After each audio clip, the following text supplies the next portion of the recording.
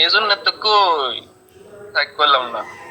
আচ্ছা নাম্বার 6 বাবা কি পাক্কা আল্লাহ, পাক্কা রে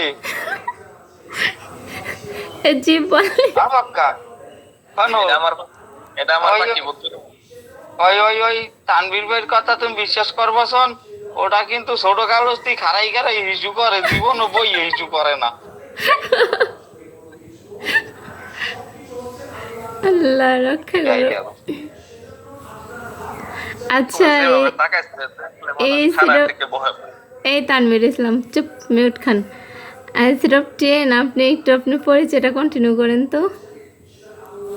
পরিচয় দিমু কি দাদু, এই যে মোর পাশা ইয়ে বইছে দুঃখ কষ্ট সালার বস্তা ভরিয়ে লইয়া ইয়ে বইছে মোর থতমার দাঁড়ে।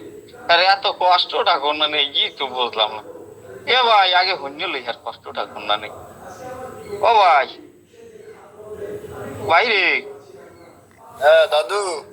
কি আপনার এত কষ্ট কষ্ট কে এই ঠাডা পড়া বর্ষার মধ্যে? আরে মোর মেলা কষ্ট। কি হয়েছে, কি বউ বউ আর ঠিক আছে? বউ থাকলে তো ভালোই হইতো, বউ তো নাই, বুঝছেন নি কেন? কারণ কি তোমার বউ দিলে তুমি শান্তি পাবা দিম বাক্য?